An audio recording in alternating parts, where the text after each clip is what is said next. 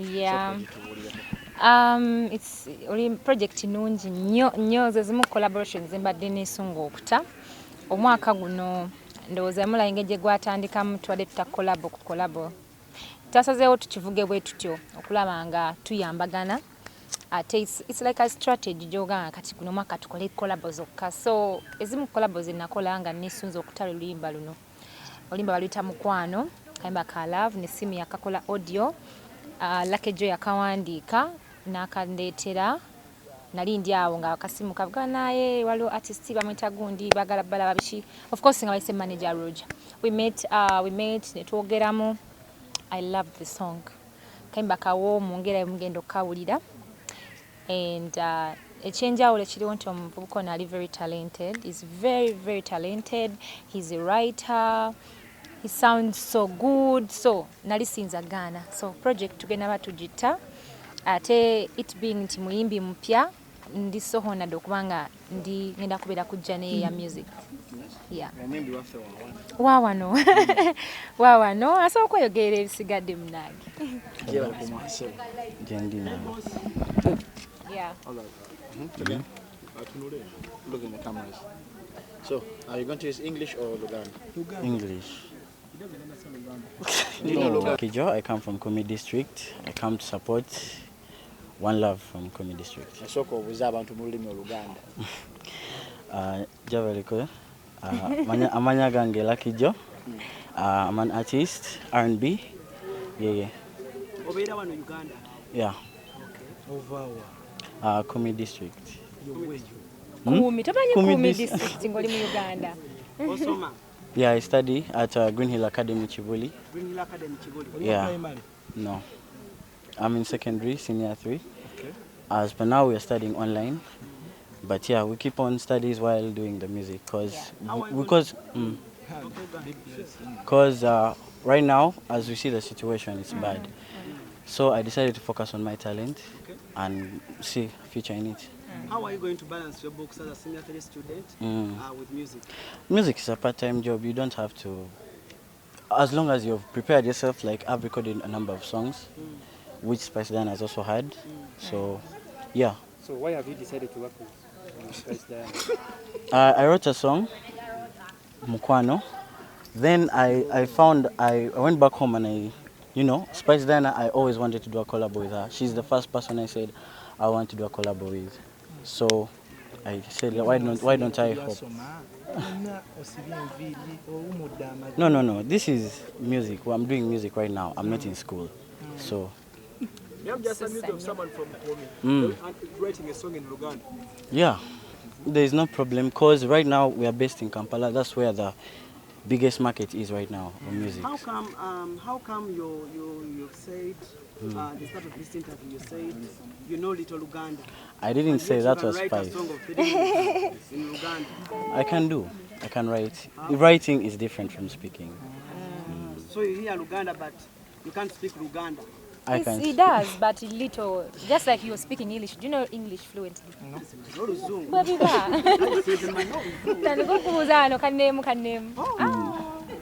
Spice. Okola n'omwana ono abasinga abayimbi basaba ssente kayinga brand already eri waggulu otaddemu ssente nnyingi nnyo kyogamba afunidde ku bwerere.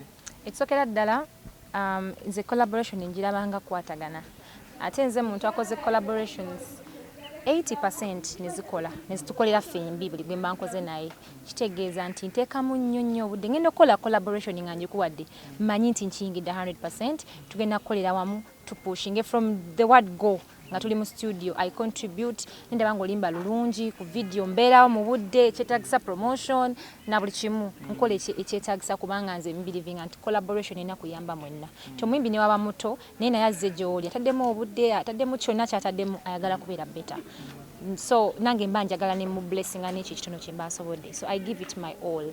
So mwaka guno waguwa collaboration strictly? Not really strictly nga bwe natantuyo zange but it's been more of collaborations. Yeah. Wasinzidde biki ng'otunuulira okukola ne mwana muwala? Mwana mulenzi. Watunuulidde biki ebyo ng'omwana omulenzi omuto? Bambi ekisookera ddala when I saw him first time yandaga nti no, he loves music and he just wants to make it, yeah? So I was really touched with the passion gy'alina ku music. So named Abanga, we can work together. Ekyokubiri is very talented. Achakola wawulira eddoboozi tosobola naddi muwango mulabe. Sounds so good. And then ekirala is very humble. He's very humble, and I just wish he just makes it. He becomes better than he's good now, but I know he's gonna make it because I know buli kisaanyizo kyonna kyonna. Atugambye ali mu senior three. Bwe yazze okukola naawe n'akugamba nti Madam Spice Dana njagala kukola naawe naye ndi mu senior three. Biki bye wasoose omutunuzaamu ng'okusoma? Well, nasanyuka first of all, and nafuna omukisa na meeting ako ba parents beera bebanoonya bebajja ne tu meeting, the parents came, mami we ne daddy we bebajja jendi, and then with him of course kati we bantuukirira nesikamu, you know, but then nemmanya nange gye natandika nange ndi student era natandika oyimba kayimba kange akahitingira ddala akasooka nali mu high school, nali mu senior 6 naye sa giving up. I kept on, you know, nga nyimba ate nga bwenkola ne music, so that's not even a problem. Kasoba focused era nakimugamba nimuga you have to keep in school. When it's time for school, time giwe somero, then ne music okole ki osigale nga okola kyoteekedde okukola. Ekirungi alina bazadde bamusupportinga, they're always there for him, so he can really make it. Siraba kiyinza mugaana lwokubanga asoma.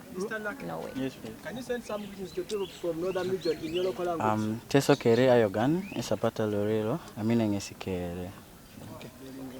Mbuze. Tubadde tutubuuza ebintu ebisirius. Begging all of you to support him, Bambi. He's very good. He has good music. Those are like a few songs before the collaboration, but I nsaba supporting it. Nekana kaimba kafeke tugenda okuleta support him. Kayimba ka mukwano ate gwe tukumanyi omanyi okwikola eby'omukwano mwana muto. Mwana muto, what do you mean? Erotic dances. Muntu atalina love, let me tell you. Oba ya mama, oba ya tata, that's love. I'm sure. Do you have a girlfriend? No. Not yet, Please, but I'm sure he's gonna have a girlfriend someday. But someday, Of course, there has I've to be never had songs. those feelings. It It doesn't mean you have feelings for Spice? no, No. for someone. I can have someone feelings is for her better. as a friend. Yeah. And Sebo oyogera mazima. so yeah, I've ever had feelings, Yeah. but I don't have a girlfriend. Maybe because I never had dreadlocks. But ne Spice oyina feeling gwe. Jakukuba gwe nga laki sina feelings. Siri muntu. Nze nzenna. Bambi nina feelings ate nnyingi. You guys teza nazima. Like to me is azima la. Instagram, Facebook, Twitter, yeah, Lucky Joe. Please follow him, support our song Omukwano. It's gonna be how Tina. Feeling wezijja okola otya? Feeling wezijja. Ngaziwa gwe nino ziwa gwe nzeera. Ani. Tukene mbulango. Naye anti yakoze association. Sausage. Ndekamu naye kizi ndimutandika. Kasana alina mukyala we era mukyala wa mwagala. Nawe olina ogwo gwe tumanyi bw'olina siboyikana. Ne kati Spice oyo nagwa nga alina akantu gwe kati. Okola otya? Wemba mwagala munaye aba yewu. Okigumira mbu. Tokiitinga mbu. Katugudde mu by'okusaana. Yogera amazima. Oyagala Bane manager Roger. Ebuuza simanya byabadde mu interview bambuulire. Kisinzira omuntu mwagala nga bw'ali. Kubanga era n'abasajja ababi naye nga amwawunya akamwa omulala awunya ebigere naye waba yeewuwo ogwo. Gwe ku bonna oyina aliwa. Nani? Awunya akamwa. Muninayo Yeewuwo. Temukisusa muleke gyali. naye onaamutulaga ddi naawe. Naye nga kimasiisinga. Ozinga biganye era nemugoba nendetawo omulala. Gwagoba. Tobakyusanga. Yeyo omuto nga golowooza ogenda kujja mu Uganda oyimbe olowooze mbu ogenda funa bya ku malusu bambi bakulimba. Music is a business whereby you have to invest. Tuli wano ku video shoot, we've spent millions and millions ku video shoot. So ne media yennyini naawe okimanyi. Kale ne Neila eyagamba nti oba abantu basasula music naye akimanyi mu music abaddemu for some time era I'm sure yali asasuddeko ssente ku TV bazanye oluyimba lwe kubanga if you don't pay nabo bafunirawa. At the end of the day oteekamu kufuna ssente oyimba ebivulu ku show ofuna ku YouTube because you invest. It's a business. The music mumanyi for passion but then it's also my business. Ebintu byenfunye mu music bingi nnyo kubanga ntaddemu kati ekyo kyagamba I think it's wrong era baleke kuteeka mentality mbi mu bayimbi bato omuyimbi olina bojja you know how hard it is to make it because buli kimu kitagamu okuinvestinga time and money then ekintu kya abantu abasasula music nga banyigiriza nga bwe nakusasula mboto kubalimba loli I think obuzibu bujira that's very wrong nange nalimbaddeko victim of that kubanga ekyo gye kiri so enkokola ziba nnyingi in the process but those are things fenna bye tuyitamu ng'abayimbi to get where you it's one of the challenges because as you rise not everyone wants to see you rise so enkokola zonna zijja bao but paying for your music to play and the bloggers ekyo bakulimba you have to pay if you want to gain what you invest is what songa artist nyimba na nyingi it's one of my programs but not now yeah era wenabanga ntuuse nja bategeezaako but it's not something that joino kolanga it's a must lwakubanga buli omu alijikola buli omu bulijjo baliruddawo so meaning nti omuntu agenda okola album nga yeeteeseteese so nga abakoze albums they are ready I'm also working on mine so when it's time to be out yeah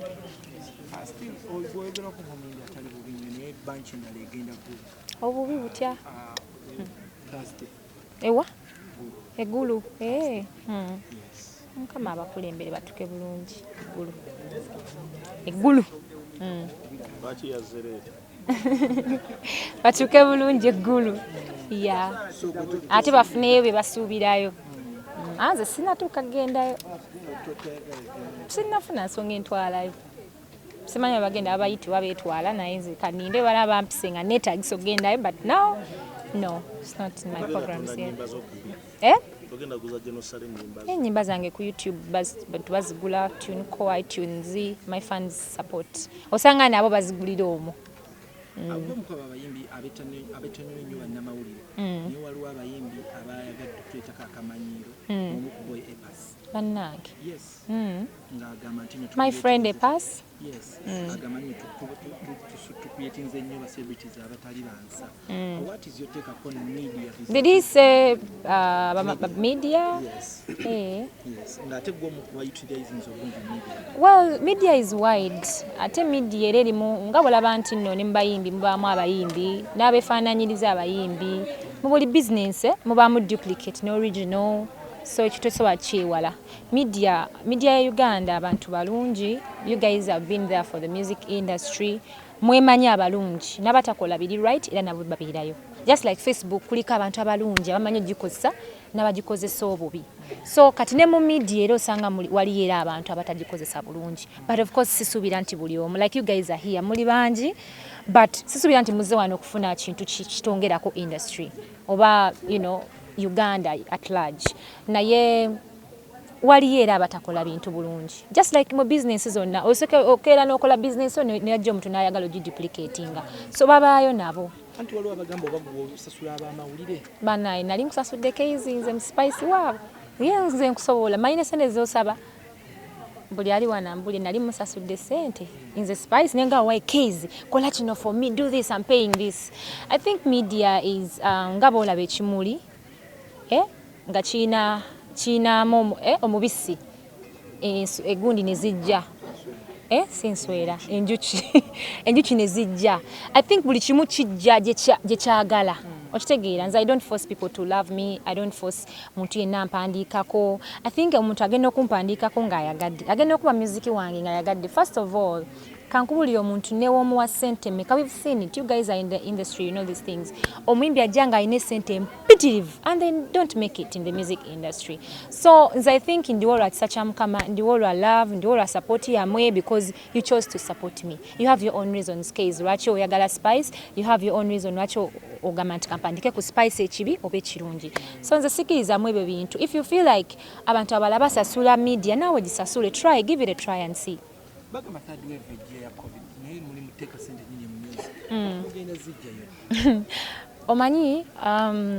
first of all nga business zonna tosobola kera n'ogulawo akaduuka ako n'ogamba nti bannange embeera enyigiriza edduuka